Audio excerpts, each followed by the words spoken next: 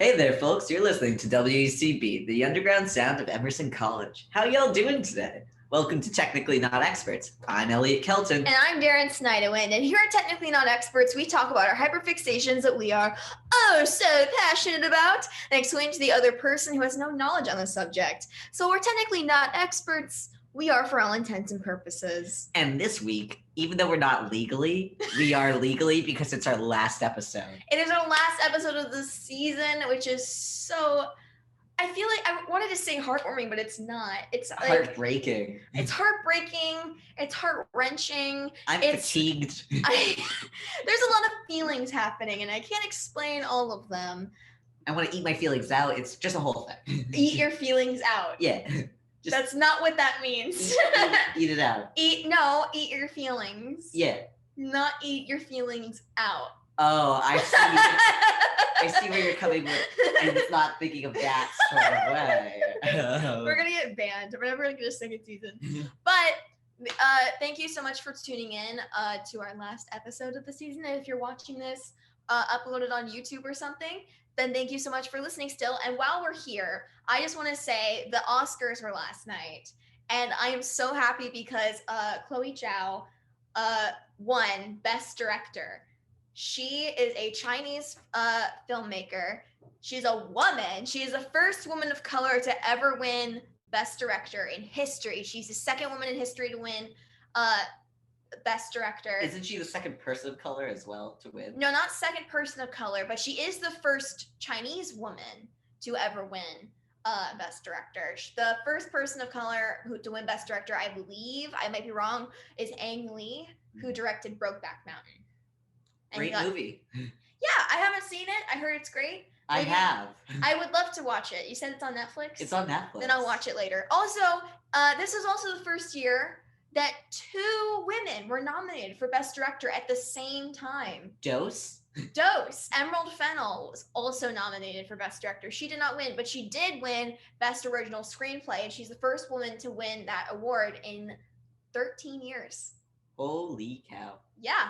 So I am super happy about the outcome. I just wanted to make that clear because that's my hyperfixation for right now. Let's talk about yours, Elliot. What's your hyperfixation? What are you going to talk about today? So I've been going back and forth. I was going through so many different topics. I was like, maybe I should do Phineas and Ferb. Maybe I should do Dolly Parton. Maybe I should do May Martins and all of them feel good. But I finally landed on something that you know basically nothing about. I know some things. I've landed on She-Ra, Princesses of Power. Okay. Am I an actual child?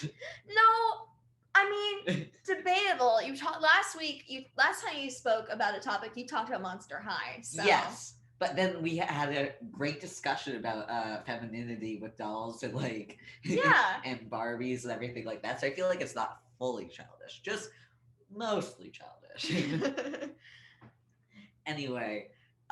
Just for anyone who doesn't know what She-Ra is, it's an animated Netflix show. Mm-hmm. It's based on a reboot from a 1985 TV show in which the show is basically does He-Man have any siblings?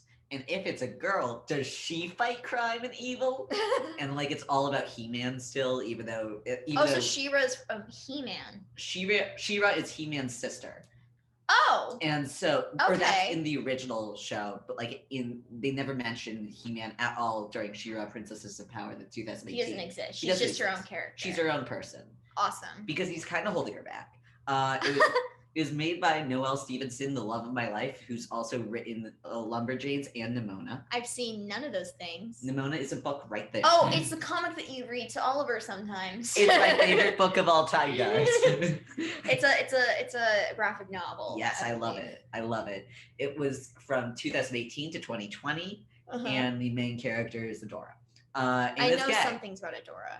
So, Daryn, what do you know about She-Ra, Princesses of Power? I know about Adora. I know that she is fighting originally she starts fighting with this evil people, this corporation or whatnot. I don't know what they are, but they're ruining everything. And she's fighting against princesses. Yes. And one of the princesses I don't know the name of has orange skin and purple outfit. I don't know if I remember her correctly.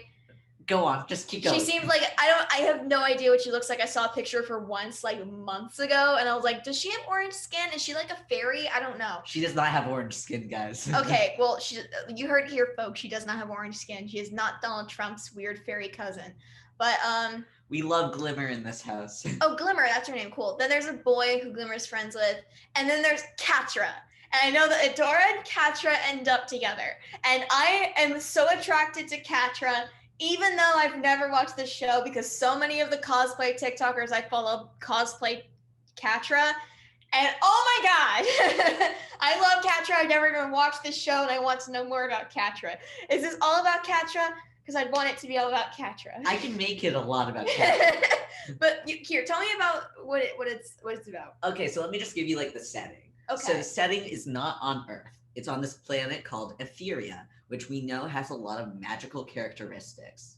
It basically has a lot of potential for magic. And later on, we find out that the planet is being used time and time again as a weapon to, because it has so much magic in it, to try and control others, to try and hurt itself, to try and like destroy the world, like a bunch of different stuff. And so it's basically on this planet, there are two sides. There is the Horde, which are it's a Horde soldiers, full army, run by Lord Hordak. Great, like wow. Great name. Yeah, Hordak. Also, the Horde is also the same thing as one of the sides in World of Warcraft. There's like the Alliance and then the Horde, and then they fight against each other. So the Horde is the bad people, and the Rebellion is the good people. Cool. We're on the side of the Rebellion.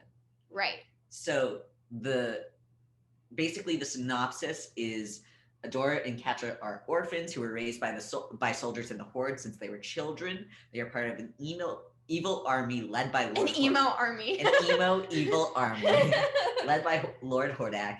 And he's just like a tyrant. He wants to like kill everyone. Like Hordak's a man. Yeah. Okay. Hordak's a bad dude. He just wants to kill people and gain power for giggles. Okay. Which for we find out why the giggles, but like for right now, for giggles. And then Adora gets lost in the woods. She finds a sword that transforms her into She-Ra, and then she's able to like realize that the Horde actually sucks and that she needs to fight with the Rebellion and against the Horde. What is She-Ra? So we find out the story is that Adora leaves the Horde with Catra. For giggles, they like take a spaceship and they're just like, let's ride around for a joyride, which is so sexy if you ask me about Catra. Ooh, love Catra. And they get lost in the Whispering Woods, which is like enemy territory. And Adora and Catra figure out a way to get out of there, but then Adora just has all these nightmares. She's like, she can't stop thinking about the Whispering Woods. And in particular, she sees a sword in her dreams over and over and over and over again, and it's haunting her. So she, without telling anyone, she leaves again, steals another spaceship thingy, goes back to the Whispering Woods, where she tries to find that sword from her dreams, because it's just haunting her, and she can't stop thinking about it. She's obsessed at this point. And from there, she finds the sword, and she grabs it, and she turns, and she's immediately taken away from it, because Bo and Glimmer see a Horde soldier trying to get a sword and think that she's going to kill them. But once she finally is able to like grab onto this sword, she turns into this 8-foot tall Amazonian woman with like super strength, powers of all, like she could cure, like she could heal people, she could like turn into a cleric. she could technically heal people. She could fight like way cooler now. Way cooler now. She could like do like energy blasts out of her sword. She could like heal things. She could like calm down beasts. She's like the savior of Etheria, or what we are supposed to think. Is she like a spirit that takes over Adora? No, because it's still Adora. She still doesn't know what's going on. It's still the same gal. It's just when she's in her like Amazon form, she's She-Ra. So she like, it's like a Spirit Quest. What is it? It's like she's able to just turn into Wonder Woman at any given moment. I mean, Clark Kent is always Superman. Right. It's just sometimes he takes off his glasses and then he's Superman. But the glasses don't make him a normal person. Right. They just hide. So it's just like, how does she turn on her She-Ra powers? So that's a thing where she has to learn for herself because it takes a long time and she can't really grasp it at the start. And she finds my favorite character of all time, Madame Raz, this old lady who's about 1,000 years old. I love her. She's the best person in life. She has no idea who Adora is, keeps calling her by the wrong name. And she's like, oh, you come with me. We're picking berries today. And while they go to pick berries, they stumble upon a fortress in which it's like where She-Ra practices and trains. And Madame Raz is like, you go on, dearie. Like, nice. I'm just like, love you, Madame Raz. And so like, in that she sees, oh my God, Light Hope. She sees Light Hope, which is this animatronic type thing, which is like, hey, you're She-Ra. I'm a 1,000-year-old animatronic robot. Animatronic? Like holographic, hologram, animatronic, like works so just, you mean... Basically Siri. You mean AI? Basically Siri. That's like, AI. Yeah. That's an AI.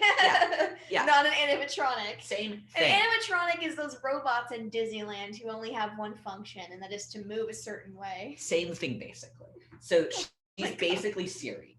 And so she's an AI. She's an AI, and if you ask her questions in a weird way, she's Siri. Like, she won't be able to answer them all the way. Like, you can't have, like, full conversations with her. She doesn't know everything. She only knows what she's programmed to know. Right, and she's extremely, extremely old. So it's already, like, this is, like, some weird stuff going on.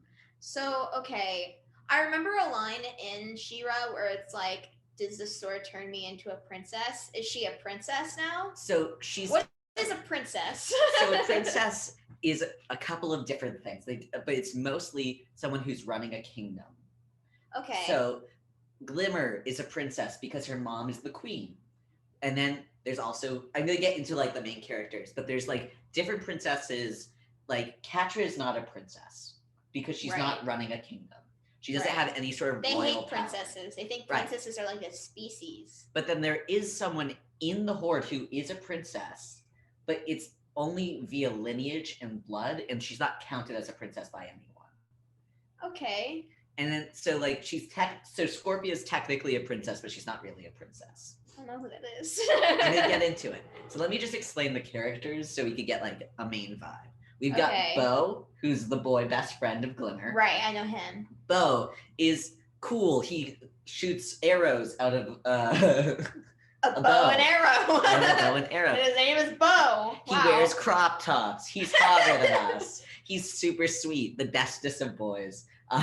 He does not have any royal lineage, but he's best friends with Glimmer, who's the daughter of the Queen of Bright Moon, which is like the lead of the rebellion and like who's running everything. Basically.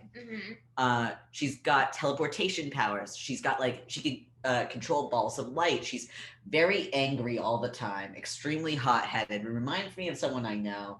Or are you looking at me? I don't understand. Stop looking at me. she knows what she wants and she's going to get it. Okay. And she craves danger, risk, and excitement, but her mom won't really allow her to do anything. She's a princess.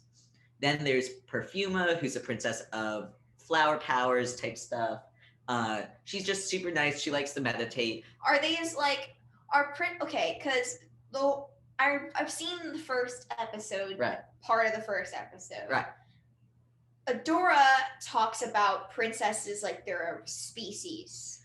That is what she was trained to believe in the Horde, because the Horde tells, like, do you remember in Avatar how they told like the Fire Nation like all the bad things about the other like they're helping people? Yes, that is exactly what's happening with the Horde. So they're told their entire lives that they're helping people, that they're the good guys, that princesses are evil, going to kill everyone, these villains, like truly like mastermind evil stuff. They are 100% brainwashing them. Okay, I understand that, but like, so princesses are just daughters of Yes. of queens. Yeah. And they have powers. Yes.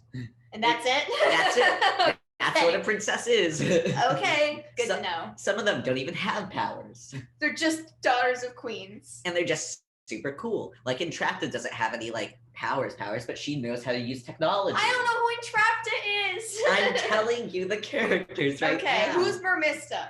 There's Mermista. She's a mermaid. Okay. She has water powers. Wait, there's mermaids? There's mermaids. I love mermaids. She's sarcastic. She's my best friend. She's later on becomes romantically involved with Seahawk, who's a mustachioed sailor who has a thing for romance. Mustachioed! And he likes to set his ships on fire for drama. Okay. Purely for plot point. And he says this, like, I like to set my ships on fire because I feel like it'll add to the fight. It'll just add to the add to the vibes. Stakes. Yeah, to the aesthetic. That is literally his aesthetic. And so nice. He loves setting his ships on fire, and it happens multiple times in the show in which they're like, Seahawk, you know what to do. And to defeat them, he must set his ship on fire and then like send it towards the other ships and they crash into each other. It's a whole thing. Love it. There's Entrapta, who's a whiz with technology, and at one point, the other princesses accidentally leave her at the Horde because they thought she was dead. Oh. But she wasn't dead. She was hiding in like vents? The vents. Yes. He literally pointed at the AC and snapped his finger pointing at it.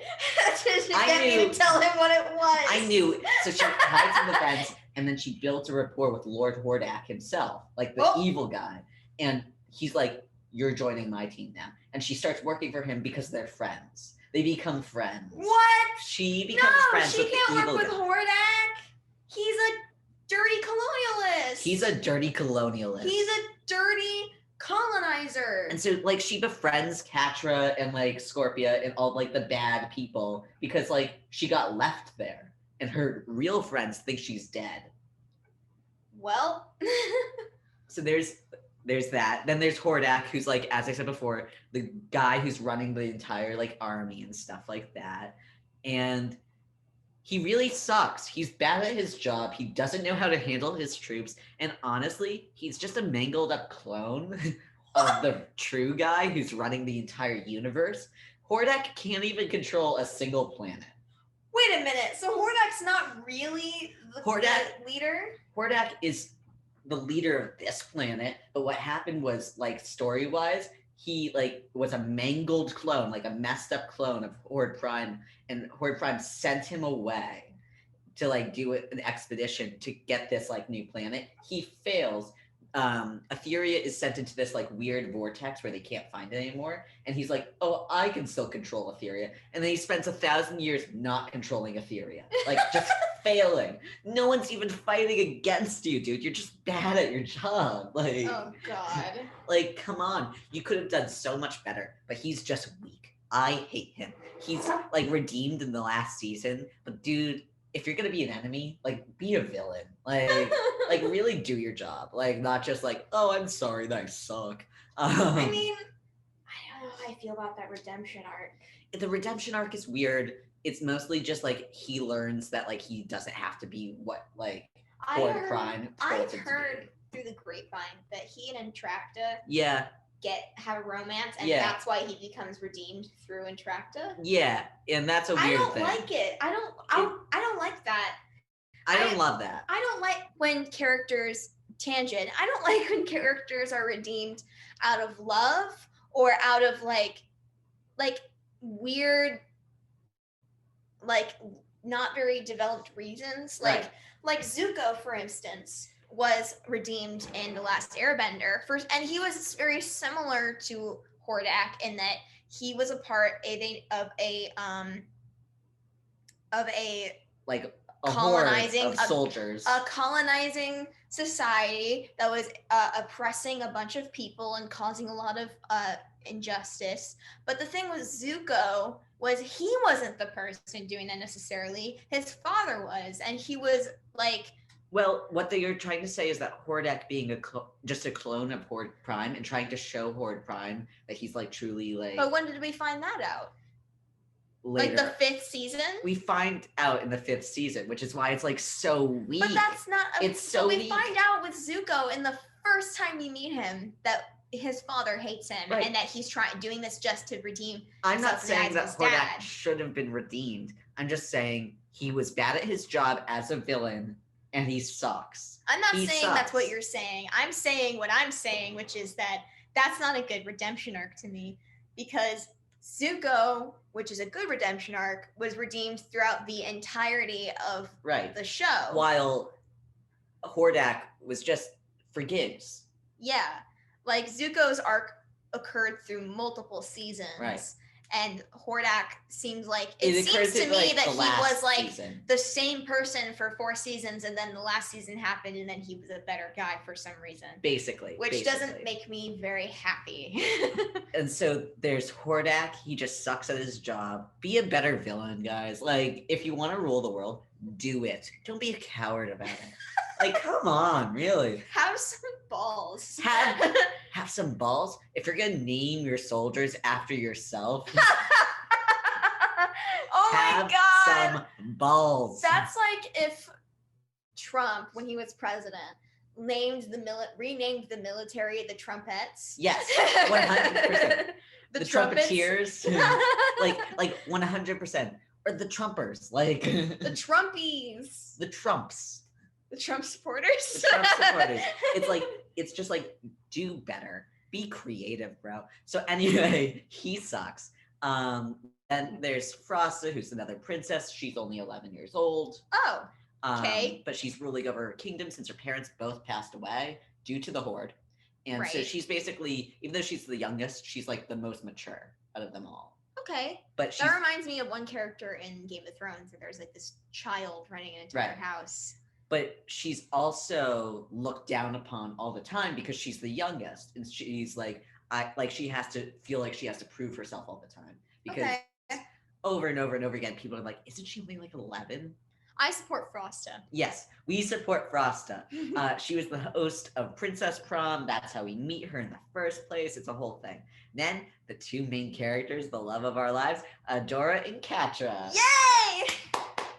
Tell me about them. Both orphans, both saved by the Horde to be Horde soldiers, like Okay. as babies, Like groomed. 100%, like since like a couple days after their birth, Oh. or like Were their whenever after parents they were like. murdered or were their parents just dead? So Adora, we're not fully sure. We know that she came from another place, from a different Another like planet? another world, Oh. basically. While Catra definitely is from Etheria. Like, Okay. so Catra was just like found, and Adora was just found. They were both just found, Okay. and they are living in the Horde, being told all these lies their entire lives, Right. Brainwashed. brainwashed, befriending each other because they're really the only two people they could trust. The other people are all higher ups in like military, treating them as like soldiers when they're like children.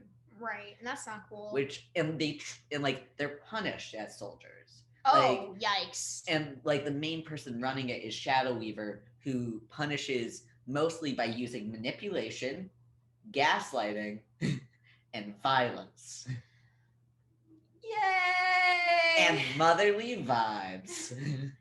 Gross. So she like kind of just makes it all about her, and she's able to like control them by being like, I'm disappointed in you, and then manipulates them, like actually She's like like, manipulates their vision because she has magic. Oh! Like she manipulates, like She can like control their vision? yeah, she can control what they see. She can control, like she can make the entire room dark except for her, and there's a red light glowing on her, and she's like, Oh, I don't like that. and like she's like, you have to listen to me. Ah! Terrifying. Ah! Children, less than our age. Because when I searched it up on Wikipedia, they said that Adora was 18 when she left the Horde. Oh my. We're 20. I'm 19, turning 20. 19. Well, I'm turning 20 in like a few days, so. So there's Adora. She's best friends with Catra. She is raised in the Horde. Uh-huh. And then, as I said before, she like goes to just try and figure something out. And she befriends Glimmer and Bow, who are her captors. Oh, that's not weird at all. Because they get a creature tries to harm all of them, and she knows that if any of them die, they're all going to die, basically. Like, and so she's got to fight this creature, but they won't allow her to even like get untangled from the sword. And it's clear that Bow and Glimmer are not fighters. Like, Yeah. they are weak, at least at the start, at the first season. And so, Adora figures out a way to finally get the sword. She turns into She-Ra. She's able to save everyone, calm down the beast. And she becomes the hero of everybody. And that's when she's like she's talking to them, and they're telling her conflicting stories than what she's like been told about.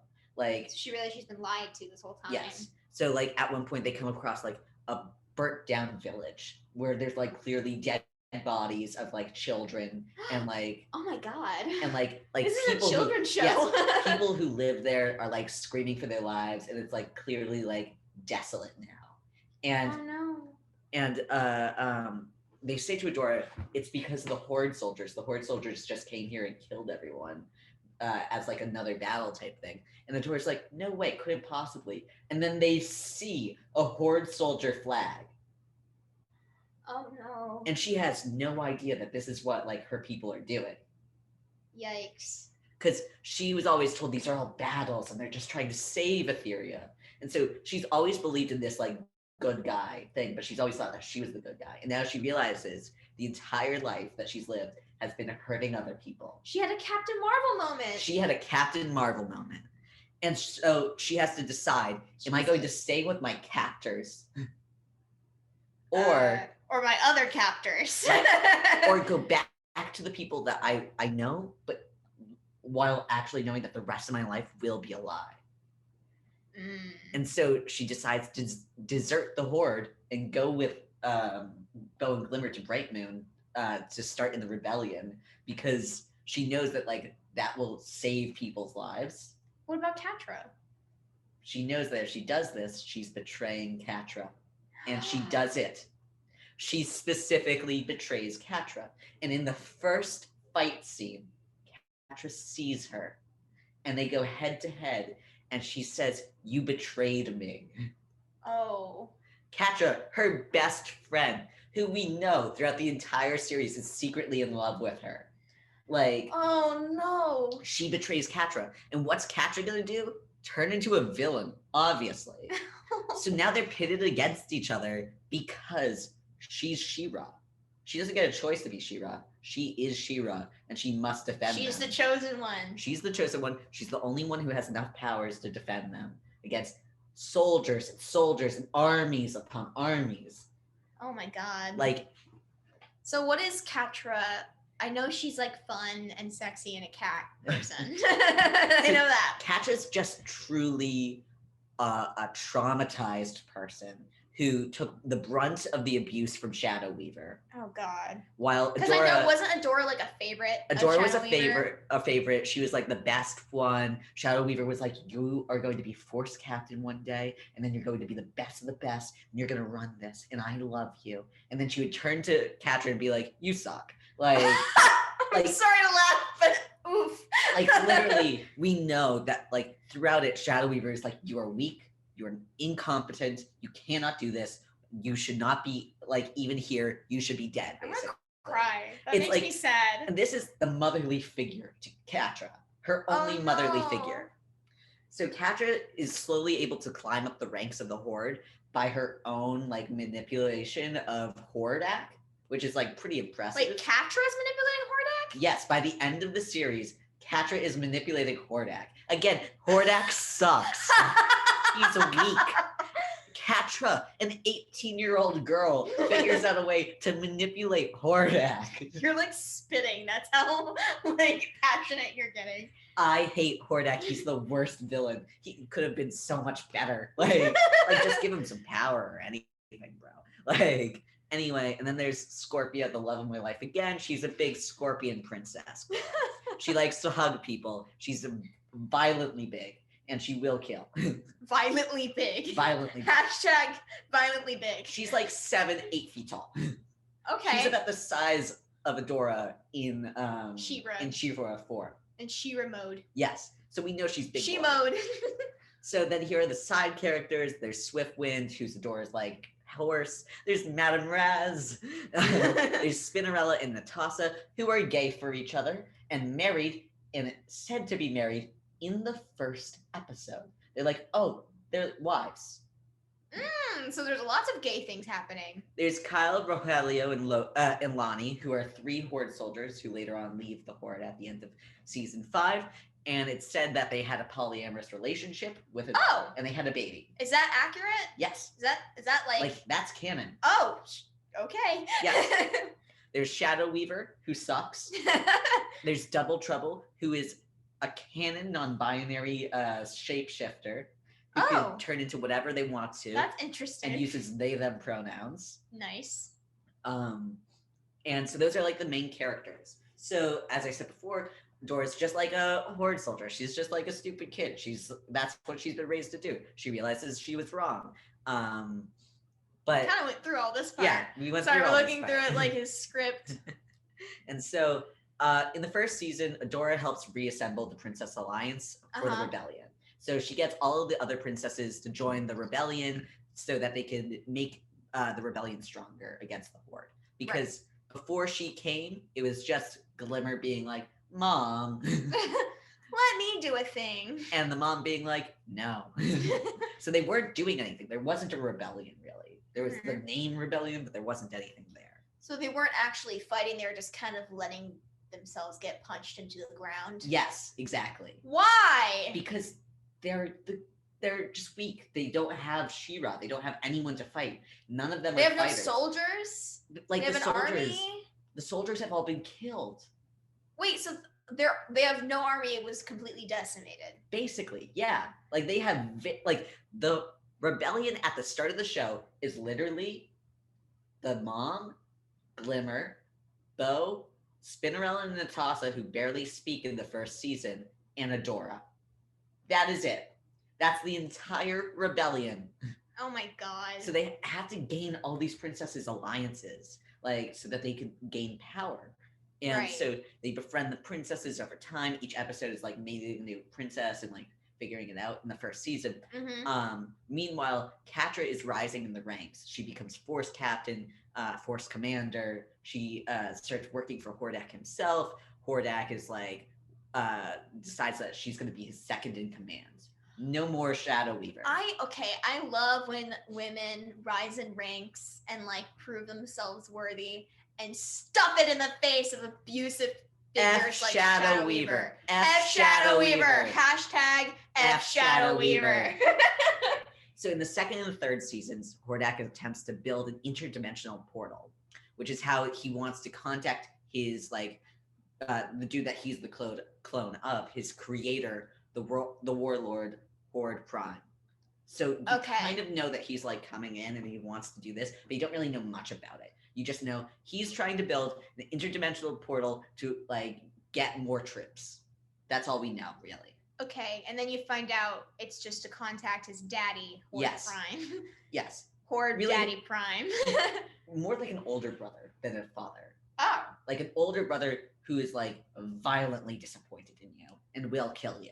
Oh, yikes. I don't have a brother, but if I did, I wouldn't want him to do that. And then at the end of season 3, I believe, Catra activates the portal because she wants to start some stuff.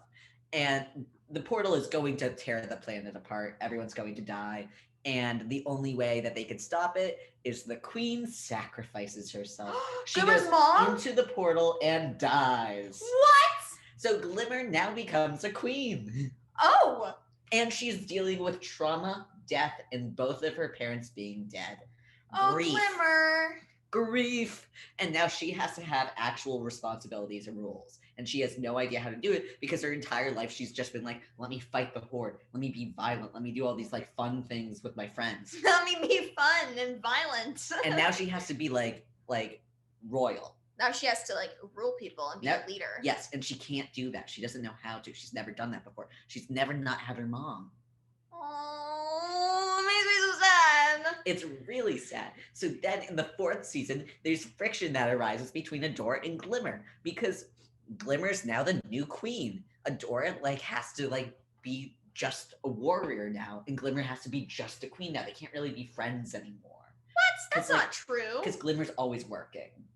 Oh, well. And Adora is always working against the Horde, and they can't, like, if they are spending time with each other, it's like battle, like, techniques and stuff like that. They it's can nothing still like be friends, though. Right. So it's hard. And Adora learns that, like, what's going on with Etheria, what's messing everything up with Etheria is her. Oh. Because there was a She-Ra before her named Marla, I think. Marla? That could be wrong. I believe Marla is the name. Let me look it up. Wait, let me make sure because I'm blanking on it. I usually am so good at names. Mara. Marla was my car. Mara. Mara was my car in senior year of high school. Love you, Marla. That's the like second or third time that you've done like a blow kiss to the camera or to like the computer. Like anyone sees this. Everyone sees it. Anyway, so there was a She-Ra before.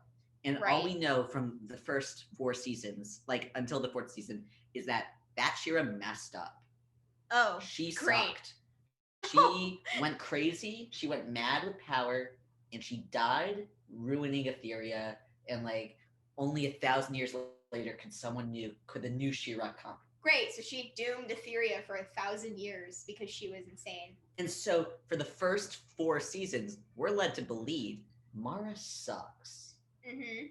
Mara does not suck. Oh. Mara does not suck. So Adora is slowly learning due to like the training place and stuff like that. She's slowly gaining more like knowledge about the older people who came before Etheria. Yeah, the previous avatars. Yes, basically. And she realizes her sword is the key to an ancient super weapon inside Etheria. Oh. Used by like the ancient ones to like create, basically to turn the planet into a weapon so they can gain control. They're like their own version of Horde. So we learned that the people that she came from are actually a different thing trying to do the same thing as Horde. Wait. She-Ras are? Yes. All the She-Ras before are just like other Horde people. Like just as evil. Just as evil. Colonial. Yes. Bull yes. Crap. 100%. Even more colonial. Like colonizing. I don't know the difference between colonialist and colonizer because they're essentially the same. Even more colonizing than the Horde. Okay. Like they're bad people. She finds that out, and she finds out that her sword is like is going to activate the super weapon inside Etheria, which will kill everyone on Etheria and then be able to destroy other planets. Yay! Great! She has discovered like the Star Destroyer. So Catra is convincing Hordak to be for her to be the co-leader of the Horde. She's like, at this point, I'm basically your second in command. I'm running the show. You're on the sidelines. And she's like, I'm basically the leader. And Glimmer attempts to use the super weapon because she finds out from Adora that she hears something is a super weapon. And she's like, oh my God. Who attempts to do that? Glimmer. Oh. Glimmer hears something's a super weapon, and she thinks to herself, a super weapon, we can use that against the Horde. Not realizing that the super weapon is the planet Etheria. And so she then attempts to use the super weapon to win the war, but by doing so, what has to happen is that like all the princesses have to be connected to like Etheria, and the only princess who's not connected to Etheria is Scorpia because her family was taken over by the Horde. So Glimmer tricks Scorpia into getting connected with Etheria, turning the entire Earth into a super weapon. Because Glimmer doesn't know, because there's no communication here. Anyway. This makes me angry. Anyway. You were saying I'm just like Glimmer and now I'm offended. Why would you compare me to this person? I love Glimmer. I'm pro Glimmer. She messed up one time and now you're angry. This is kind of a big mess up. She didn't communicate with her best friend about what the super weapon was. You know, the one who's in charge of the military fighting the Horde. And now that she didn't do that, she's dooming the planet she's attempting to rule. So because she's stupid. She doesn't know that. She doesn't know. Anyway, so she goes ahead, she tries to activate this super weapon, but the only way that she gets Scorpia to activate it. The only way to stop the Earth, the planet from becoming a weapon, is Adora uses all of her strength to take them out of this portal that they were stuck in the first place that Mara put them in. Because Mara put them in this weird portal where they can never be found by anyone else. They're alone in space. And everyone. So Mara sucks still. Mara was supposedly sucking, but we find out in season 5 that Mara did that to protect them from the Horde finding them. Oh. She doesn't suck. Mara has never once sucked. It's just everyone thinks she sucks all the time. And it's so Mara dragged them into a portal where nothing exists. So they could be safe. Oh. Mara seems like a really weird person. Yeah. She's from 1,000 years ago. She's put into this terrible situation where she also finds out that everything sucks and she's killed by her own people. I mean, yeah, that's rough. That's rough, buddy. R.I.P. Mara. But we're different. Anyway, so Adora is able to take them out of this portal while turning off the weapon thingy. But to do that, since she knows that her sword is activated, a key to it, she has to break the sword. Her only form of power. Wait, so the sword is what gave her power? Yes, and she destroys that sword. She destroys it at the end of season 4. She destroys it. What was that voice? She destroys it. Okay. So now the Earth can no longer be, not the Earth. Etheria can no longer be a super weapon. Okay. But they are out of the portal, so Horde Prime can come get them at any time, which he does. He comes right up and he just scoops up Glimmer, Hordak, and Catra. Oh, yikes! The best group. Don't you want to be hanging out with Glimmer, Hordak, and Catra in Horde Prime's super ship? Maybe Glimmer and Catra, but not Hordak. That doesn't seem very fun. Horde Prime basically lives in a Death Star. Okay. That's his entire thing. He's got a bunch of clones of himself who are all in this hive mind that can't break free. None of them have control. They all just want to please him. If anyone who's listening to this watches Star Wars and you're thinking what I'm thinking right now with the frickin' I don't remember, Snoke, and how he's basically a clone of many clones that the Emperor made. Yeah, this is it. I think that the people who are writing the final Star Wars installment were watching She-Ra and being well, we can't really justify Snoke, so we're just going to make him a clone and then have the Emperor show up out of nowhere. And it was stupid and weird then, and it's stupid and weird now. And so they just scoop up Glimmer, Hordak, and Catra. Hordak is returned as just a regular clone who's stuck in the hive mind. Glimmer is a prisoner, and Catra is trying to we're gonna schmooze to Horde Prime. Trying to schmooze to Horde Prime. My god! She's trying to gain power. She really is. And meanwhile, she and Adora have had this sexual tension the entire show. So 5th and final season. This is the last season. Okay. It follows Adora's quest to liberate Etheria from Horde Prime.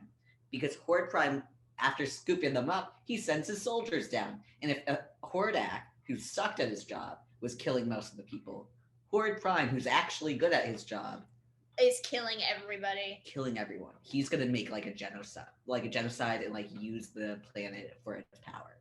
Oh and god. So, and he's fully comfortable with this. He's communicated this.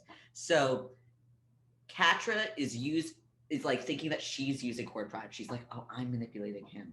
Only to realize that he's been manipulating her the entire time, and she gets put into the clone hive mind. Oh no! So she has no control over herself, no power, no power over her own being. She is basically just another clone. Oh no! So Dora has to go and save Catra and Glimmer from the ship that Horde Prime is on.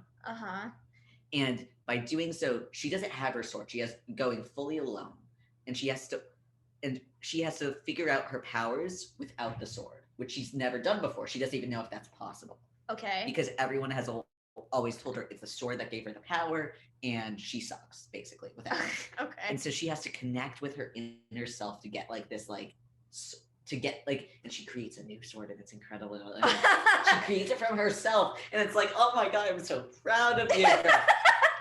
She rediscovers her She-Ra powers. She rediscovers her She-Ra powers, and it's awesome.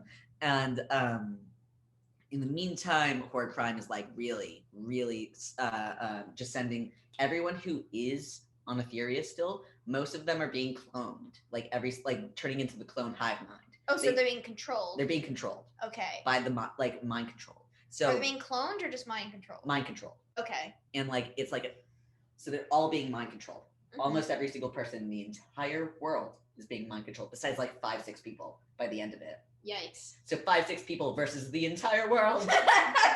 Yikes! Us against the world is really showing. Really showing. So Adora comes back, rescues Catra and Glimmer. Entrapta, who's like really good with sciences, is able to hive mind Catra. Catra now has short hair because she was part of Horde's soldiers, and they all look the same, so they all have the same haircut. I love her short hair look. Oh my god, it looks incredible. I'm most familiar with because there's this one cosplayer I watch on TikTok, Bane Virgo cosplay, and she's so hot, and she does this Catra cosplay. I'll show you a video after the show. It's so good. Catra coming out of this hive mind realizes she's got a lot of trauma. Yeah. And like she's in physical pain because of this. Aww. Like everything is harming her. She doesn't know what to do. Her entire life has been a lie. She doesn't know what's going on. All she knows is that Adora's now back in her life. And she's kind of like, I'm just going to try and stick with Adora. She slowly is becoming nicer to people every day. Like, this is the redemption arc I wanted. This is the redemption arc we all wanted because she deserves it. She redeems herself. It's not Adora redeeming Catra. She redeems herself. After seeing the trauma, after seeing everything she's gone through, she's like truly trying choosing to be a better person. She goes to Perfuma and she's like, hey, can we meditate? Like, aww, she goes, let's meditate together, like, bestie. She hugs Scorpia at the end. She does all these things like that she would never have done at the start of the show. Aww. She's like trying to make herself a better person. And so they disable the Horde Prime hive mind, and like it's this whole battle, and in the end, Adora knows that the only way to save, or there's like a couple different ideas of like what they could do to defeat Horde Prime, but he's like super powerful, and one of them is to sacrifice herself, just like Queen Angela did. Oh no. And so sacrifice herself, send all of basically She-Ra's powers to like up there to like just like she dies, but like the Horde will also die. Okay. And she's like super chill with this idea because she doesn't know what her life would be like after fighting. Like, oh yeah, she's just a warrior. She's just a soldier. That's all she's been like raised to be. And so she's gonna go and just like die for her world. And Catra's like, no. Like, no, bestie. No, Don't bestie. do that. No, bestie. I love you. She kisses her. Last episode, she kisses her. She kisses her. Yes! Gay people. Yay! They figure out a new way in which Adora kills Horde Prime. What? By stabbing him with the sword. And you know what that means? If there's no Horde Prime, there's no hive mind. So they're all free. They're all freed. Everyone is safe. There's no Horde anymore. They've defeated the Horde.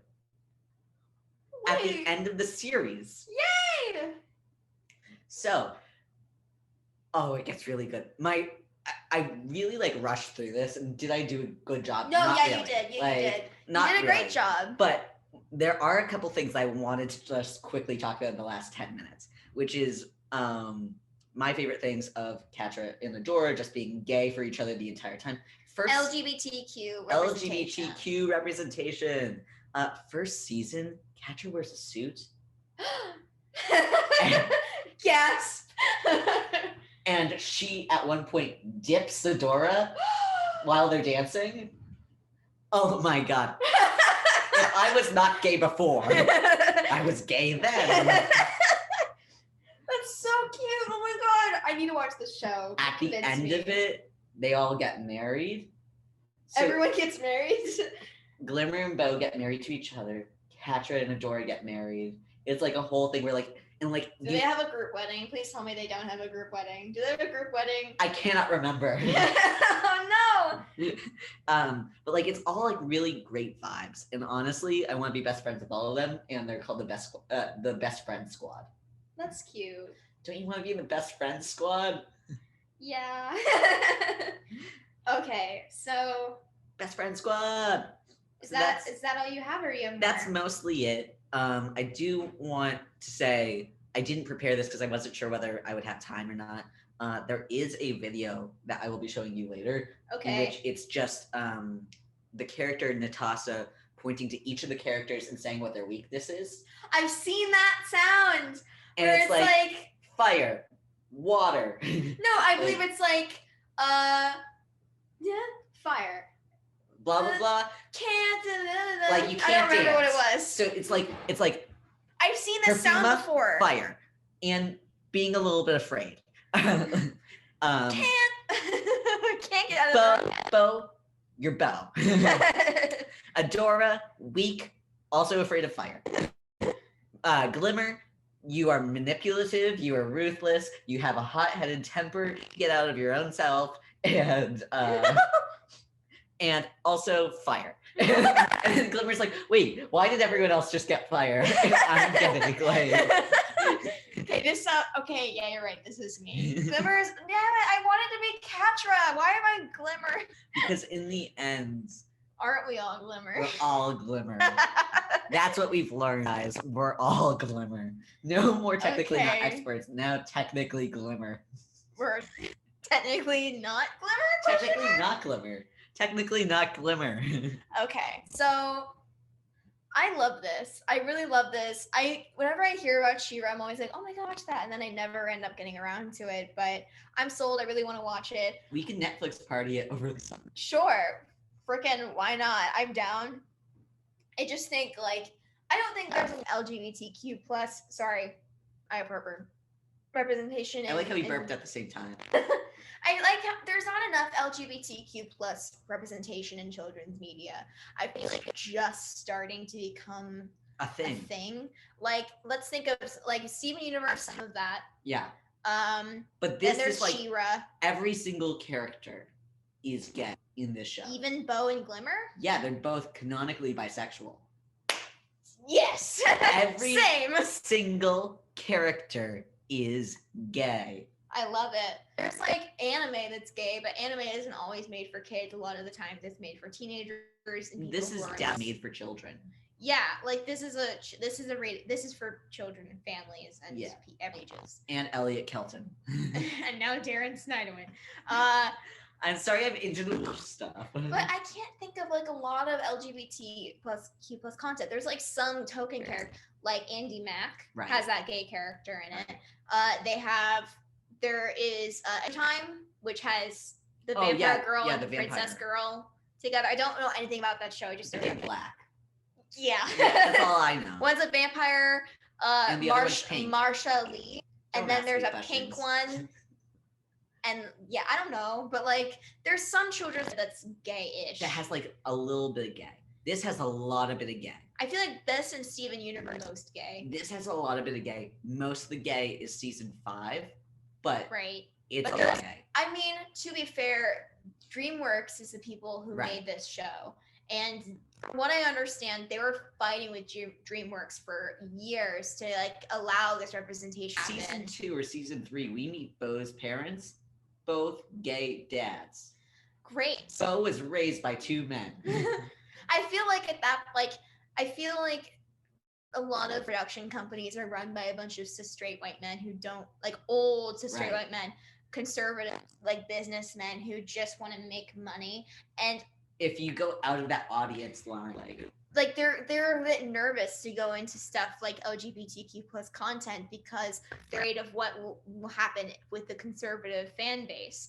Like there's a reason why Disney's first canonical gay character ever was frickin' LeFou in the Beauty and he Beast wasn't remake. even gay. No, he wasn't. He just danced with a man.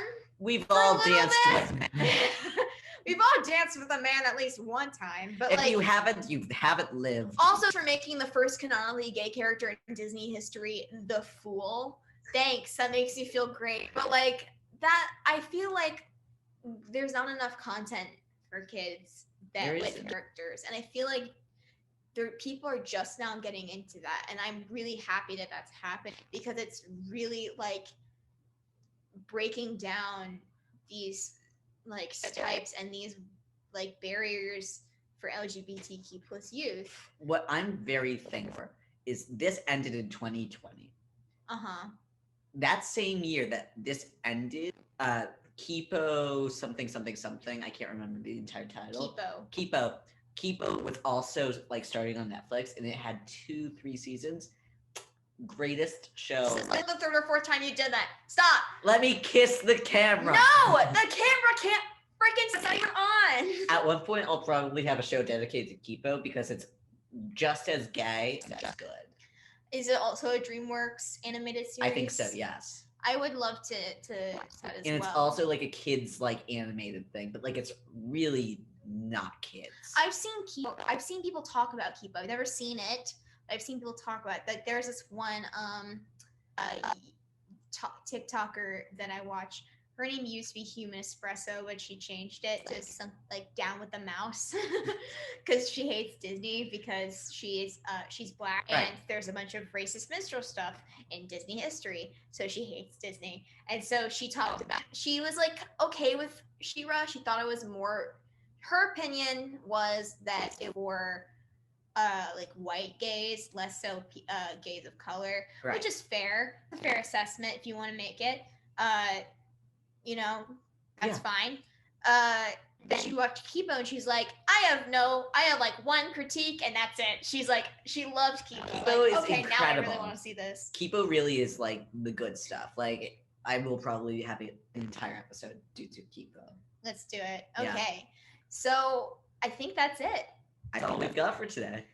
Thank you so much for listening to our show for this entire semester. If you've tuned in at any other point, thanks for listening at all. This is the last one, so you can't really tune in next week to define or to become experts on something else. But if we planning on repitching the show next semester, so if WACV does pick us up, make sure to tune in next fall to see if we ever actually become experts. Yeah. Thanks for tuning in, and until next time.